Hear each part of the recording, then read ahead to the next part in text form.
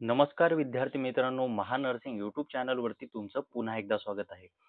विद्यार्थी मित्रांनो, आजचा व्हिडिओ खूपच महत्त्वाचा होणार आहे. कारण विद्यार्थी मित्रांनो, एम-एस-टी-सी-टी नर्सिंगने कॅप्रॉन 3चा शेड्यूल पब्लिश केलेला आहे. जे-एन-एम विद्यार्थ्यांसाठी ही अतिशय आनंदाची गोष्ट आहे. कारण जे-एन-एम विद्यार्थ्यांना प्रश्न पडलेला होता की कॅप्रॉन 3चा शेड्यूल पब्लिश होणार आहे का नाही. सेम ॲज इट इज विद्यार्थी मित्रांनो, बी-एस-सी नर्सिंगचा कॅप्रॉन 3चा शेड्यूल सुद्धा 1 किंवा 2 दिवसामध्ये पब्लिश होऊन जाईल. तर नक्कीच त्या विद्यार्थ्यांनी सुद्धा घाबरून जाण्याचं कारण नाहीये. त्या विद्यार्थ्यांनी सुद्धा हा व्हिडिओ शेवटपर्यंत बघा. कारण यामध्ये कॅप्रॉन 3च्या डेट बी-एस-सी नर्सिंगच्या कशा असू शकतात ह्या तुम्हाला समजून येईल. एकंदरीत विद्यार्थी मित्रांनो, तुम्हाला स्क्रीनवरती शो होत असेल.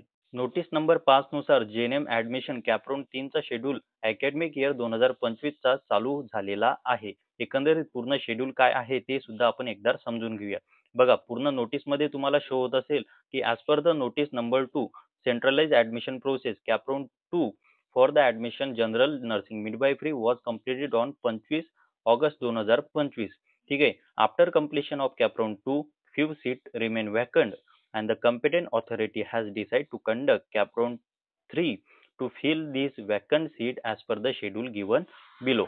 बघा, कॅप्रॉन 2 मध्ये जे काही जे-एन-एमच्या विद्यार्थ्यांनी प्रवेश घेतलेला असतील, परंतु काही विद्यार्थ्यांना बी-एस-सी नर्सिंगमध्ये ॲडमिशन मिळालेलं असेल किंवा सीट मिळालेली असतील, तर त्या विद्यार्थ्यांनी काय केलं की कॅप्रॉन सेकंडचा ॲडमिशन कॅन्सल केलं. त्या कारणाने कॅप्रॉन 3 मध्ये खूप साऱ्या जागा ह्या उरलेल्या आहेत. एकंदरीत किती जागा उरलेल्या आहेत त्याच्यासाठी स्पेशल सीट मॅट्रिकचा व्हिडिओ मी एकंदरीत आजच पब्लिश करून देईन. त्यामध्ये सुद्धा तुम्हाला काही चिंता करायची गरज नाही. एकंदरीत शेड्यूल काय आहे ते सुद्धा आपण एकदा बघून घेऊया. Display of seat matrix for CAP round 3 जो आहे तो 3 सप्टेंबर 2025 ला लागलेला आहे.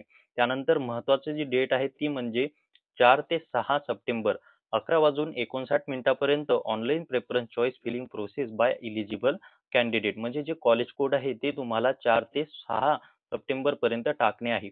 आता विद्यार्थी मित्रांनो, इलिजिबल कॅन्डिडेट कोणते? तर हे कॅन्डिडेट म्हणजे ज्यांनी बेटरमेंट केलेलं आहे, ज्या विद्यार्थ्यांना चॉईस इज नॉट अवेलेबल आलेला आहे, ज्या विद्यार्थ्यांना कॉलेज मिळालेलंच नाही आहे, ठीक आहे, नो चेंज आलेला आहे किंवा पहिलंच कॉलेज मिळालेलं आहे, तर त्या विद्यार्थ्यांसाठी ऑनलाईन कॅप्रॉन 3चा जो प्रेफरन्स फिलिंग प्रोसेस आहे, कॅप्रॉन कॉलेज टाकायची जी प्रोसेस आहे ती 4 ते 6 सप्टेंबरमध्ये ते टाकू शकता. एकंदरीत तेच विद्यार्थी इलिजिबल आहे. त्यानंतर आहे विद्यार्थी मित्रांनो तिसरी महत्त्वाची डेट, ते म्हणजे डिक्लेरेशन ऑफ सिलेक्शन लिस्ट. सगळ्यात महत्त्वाची, कॅप्रॉन 3चं जे सिलेक्शन लिस्ट आहे ते 9 सप्टेंबरला पब्लिश होऊन जाईल. आता जे विद्यार्थी इलिजिबल कॅन्डिडेट होते तर ते विद्यार्थी काय होतील, सिलेक्ट होतील. आता हे सिलेक्शन लिस्ट म्हणजे काय होते, 50% तुमचं जे सीट आहे कन्फर्म झालेलं आहे. आता प्रश्न पडतो की एकंदरीत कॉलेजला ॲडमिशन कोणत्या तारखेला करायचं? तर 10 ते 15 सप्टेंबरमध्ये जे विद्यार्थी सिलेक्शन लिस्टमध्ये सिलेक्ट झालेले आहेत त्या विद्यार्थ्यांनी नक्कीच physically joining, filling status retention form with all original document, requisite fee by DD and cheque. जे काही तुमची कॅटेगरी असेल त्यानुसार जो डी-डी आहे त्यानुसारच ओरिजिनल डॉक्युमेंट आहे आणि स्टेटस रिटेन्शन फॉर्म. जर तुम्हाला ॲडमिशन कन्फर्म करणे आहे तर नक्कीच तुम्हाला त्या कॉलेजला जाणे आहे, फिजिकल जॉईनिंग करणे आहे, स्टेटस रिटेन्शन फॉर्म करणे आहे आणि जर तुम्हाला बेटरमेंट सुद्धा करायचं असेल तरी सुद्धा तुम्हाला कॉलेजला जाणेच आहे. एकंदरीत विद्यार्थी मित्रांनो, तुमच्यामध्ये हे कन्फ्युजन क्रिएट करू नका. कॅप्रॉन 3 मध्ये सुद्धा तुम्हाला प्रवेश घेणं असेल तर ह्या कंडिशन फॉलो कराव्या लागतील. आता यानंतरचा महत्त्वाचा प्रश्न पडतो विद्यार्थ्यांच्या मनात की यानंतरचा कॅप्रॉन होऊ शकतो का नाही? तर विद्यार्थी मित्रांनो, it totally depends on the vacant seat. जर कॅप्रॉन 3 मध्ये सुद्धा काही जागा उर्वरित राहिल्या तर नक्कीच तुम्हाला कॅप्रॉन 4 दिसून येईल. अदरवाईज इन्स्टिट्यूशनल राऊंड थ्रू हे कॅप्रॉनचे ज्या सीट आहेत त्या भरल्या जाणार आहे. आता प्रश्न पडतो की खूप साऱ्या विद्यार्थ्यांना जी इम्पॉर्टंट इन्स्ट्रक्शन आहे त्या सुद्धा गोष्टी तुम्हाला माहीत असणे गरजेचे आहे. एकंदरीत प्रवेश पक्का करण्यासाठी या गोष्टी तुमच्या मनामध्ये साठवून ठेवा.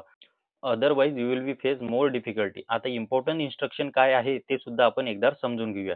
बघा विद्यार्थी मित्रांनो, तुम्हाला स्क्रीनवरती शो होत असेल, candidate should verify the fee structure of the information brochure before filling their choice and preference. बघा, जर ज्या विद्यार्थ्यांना प्रवेश घेण्याची इच्छा असेल तर त्या विद्यार्थ्यांनी फी स्ट्रक्चर हे नक्की बघून घ्या. त्यानंतर हे विद्यार्थी मित्रांनो दुसरी महत्त्वाची इन्स्ट्रक्शन त्यांनी दिलेली आहे. Candidate who have been allotted a seat in round 3 or subsequent round CAP round and wish to seek betterment must first report to allotted college and complete the admission process. सगळ्यात महत्त्वाची माहिती यांनी सांगितलेली आहे. जर तुम्हाला एखाद्या विद्यार्थ्याला कॅप 3 मध्ये कॉलेज लागलेलं आहे. जर त्याला बेटरमेंट करणे आहे, तर नक्की त्याला कॉलेजला व्हिजिट करावीच लागेल. अदरवाईज त्याचं ॲडमिशन हे कॅन्सल होईल. त्यामध्ये काहीही शंका उरणार नाही. त्यानंतर तिसरी महत्त्वाची इन्स्ट्रक्शन विद्यार्थी मित्रांनो दिलेली आहे. Candidate who want to betterment should not fill the status retention form. Once the status retention form should not be it can not be revert. सगळ्यात महत्त्वाची सूचना यांनी सांगितलेली आहे, की जर तुम्हाला बेटरमेंट करणं आहे, तर नक्की तुम्ही स्टेटस रिटेन्शन फॉर्म हा फिलअप करू नका. जर तुम्ही फिलअप केला, तर तुमचं ॲडमिशन हे काय होऊन जाईल, कॅन्सल होऊन जाईल. आता विद्यार्थी मित्रांनो, खूप साऱ्या विद्यार्थ्यांच्या आणखी एक मनामध्ये प्रश्न पडलेला आहे, की म्हणजे all candidate participate in CAP round 3, ठीक आहे, are required to fill fresh choice preference for this CAP round 3, ठीक आहे. आता सगळ्यात महत्त्वाची सूचना यांनी सांगितलेली आहे, की ज्या विद्यार्थ्यांना कॅप राउंड 2nd आणि 1st मध्ये कॉलेज लागलेलं नाही किंवा कॉलेज लागलेलं होतं, परंतु त्यांना असं वाटते, की आता तेच कॅप राउंड 3 मध्ये सुद्धा आम्ही college code same as it is टाकून देऊ, तर नाही. तर विद्यार्थी मित्रांनो, तुम्हाला स्पेशली फ्रेश चॉईस प्रेफरन्स या राउंडला फिल करावे लागतील. If candidate does not fill the choice preference, he will not consider for CAP round 3. तर एकंदरीत विद्यार्थी मित्रांनो, त्यांनी तेच सांगितलेलं आहे, की कॅप राउंड 2 ची कॉपी पेस्ट करा, ओके चालेल. परंतु एकंदरीत तुम्हाला परत ते ॲड अप करावे लागतील आणि जो लॉक प्रेफरन्स करावा लागेल. अदरवाईज तुमचं ॲडमिशन हे काय होऊन जाईल, कॅन्सल होऊन जाईल. त्यानंतर त्यांनी महत्त्वाची इन्स्ट्रक्शन दिलेली आहे. Choice preference submitted in previous round will be null and void, will not be consider for CAP round 3 seat allotment.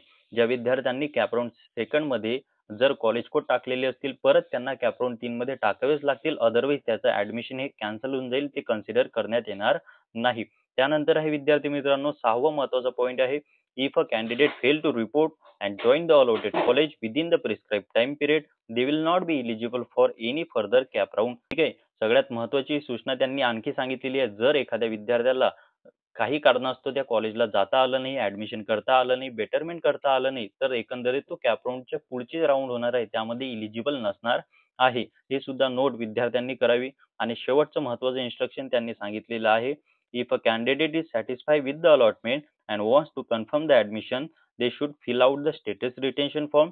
The college shall not be force any candidate to fill status retention form, and candidate should follow the website regularly for update. सगळ्यात महत्त्वाची आणि शेवटची सूचना त्यांनी सांगितलेली आहे. त्या विद्यार्थ्यांना जे सीट आहे ते अलॉटेड झालेली आहे आणि जर ते त्यांना चांगलं वाटत असेल, कॉलेजचा प्रिमाइसेस चांगला वाटत असेल, तर नक्की त्यांनी ॲडमिशन कन्फर्म करा. ॲडमिशन कन्फर्म करत असताना प्रथम कॉलेजला व्हिजिट करा आणि व्हिजिट केल्यानंतर नक्कीच विद्यार्थी मित्रांनो, स्टेटस रिटेन्शन फॉर्म फिलअप करा. आणि या व्यतिरिक्त जे काही नवीन अपडेट आहे, त्यासाठी CET सेलच्या ऑफिशियल जी साईट आहे, त्यावरती त्यांनी व्हिजिट करावी. आता नक्कीच विद्यार्थी मित्रांनो, 1 किंवा 2 दिवसामध्ये खूप इंटरेस्टिंग आणि इम्पोर्टंट गोष्ट तुमच्यासाठी आम्ही घेऊन येणार आहे. तर नक्कीच या चॅनलला सबस्क्राईब करा. जर तुम्हाला काही डाऊट असतील, तर नक्की तुम्ही डिस्क्रिप्शन बॉक्समध्ये असणाऱ्या WhatsApp चॅनल लिंकशी जॉइन व्हा. तेथे तुम्ही आम्हाला प्रश्न विचारू शकता. आम्ही तिथे फ्री काउन्सिलिंग देण्याचा प्रयत्न करतो. हा व्हिडिओ आवडला असल्यास नक्की या चॅनलला सबस्क्राईब करा, लाईक करा आणि शेअर करा. पुन्हा भेटूया नवीन व्हिडिओमध्ये. तोपर्यंत धन्यवाद.